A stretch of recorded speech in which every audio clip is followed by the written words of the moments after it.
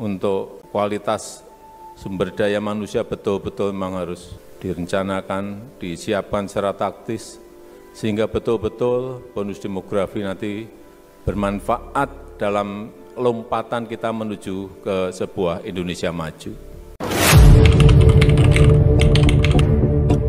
Indonesia saat ini berada di ambang momen bersejarah bonus demografi.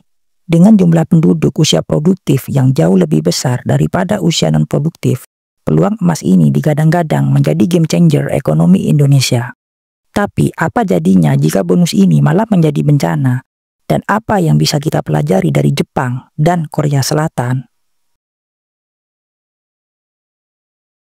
Menko Perekonomian Airlangga Hartarto mengingatkan Indonesia hanya memiliki waktu selama 13 tahun untuk memanfaatkan bonus demografi.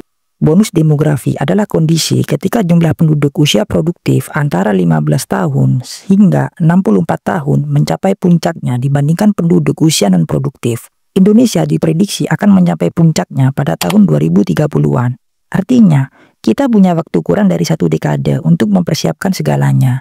Tapi, tahukah Anda, bonus demografi ini bisa menjadi pedang bermata dua jika dikelola dengan baik? Kita bisa menjadi kekuatan ekonomi baru. Jika tidak, ancaman seperti pengangguran massal, ketimpangan sosial, hingga konflik ekonomi mungkin tak terhindarkan.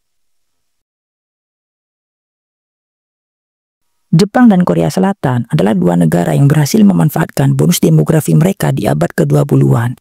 Jepang pada era 1960-an hingga 1980-an memanfaatkan bonus demografi dengan menggenjot sektor manufaktur dan inovasi teknologi. Dari sana lahir merek-merek global seperti Toyota, Sony, dan Panasonic.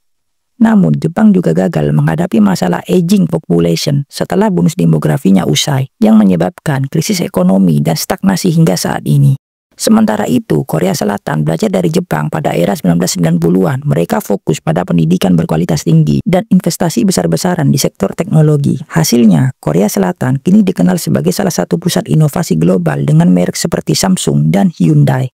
Tapi, satu pelajaran penting adalah Jepang dan Korea menghadapi tantangan besar setelah fase bonus demografi mereka selesai. Apakah Indonesia siap menghadapi hal yang sama?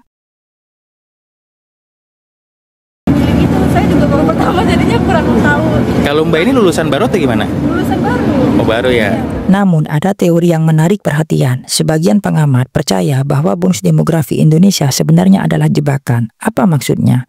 Pertama, jika pendidikan dan lapangan kerja tidak diprioritaskan, bonus demografi ini malah akan menjadi ancaman pengangguran besar-besaran. Dengan jutaan lulusan setiap tahun, apakah Indonesia memiliki cukup lapangan kerja?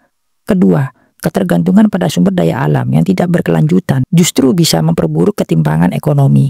Lihat saja bagaimana Jepang dan Korea mengurangi ketergantungan pada sumber daya alam dengan fokus pada teknologi dan industri. Ketiga, teori konspirasi lain menyebut bahwa banyak negara besar justru menunggu Indonesia gagal. Kenapa? Agar mereka bisa mengambil alih potensi ekonomi kita yang luar biasa besar. Kita tidak perlu meniru Jepang atau Korea secara langsung, tapi kita bisa belajar dari pengalaman mereka. Apa yang harus dilakukan? Indonesia harus fokus pada pendidikan vokasi dan pengembangan keterampilan teknologi untuk tenaga kerja masa depan.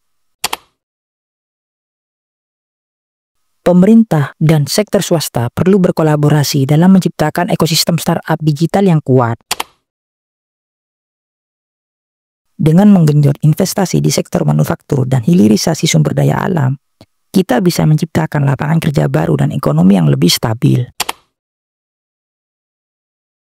Belajar dari Jepang dan Korea, Indonesia juga harus memikirkan cara untuk menjaga stabilitas populasi pasca bonus demografi. Bonus demografi adalah peluang yang hanya datang sekali dalam sejarah. Kita harus bersiap, belajar dari negara lain, dan menghindari jebakan yang bisa menghancurkan potensi kita. So, bagaimana menurut Anda? Apakah Indonesia siap untuk mengelola bonus demografi ini? Tuliskan pendapat Anda di kolom komentar.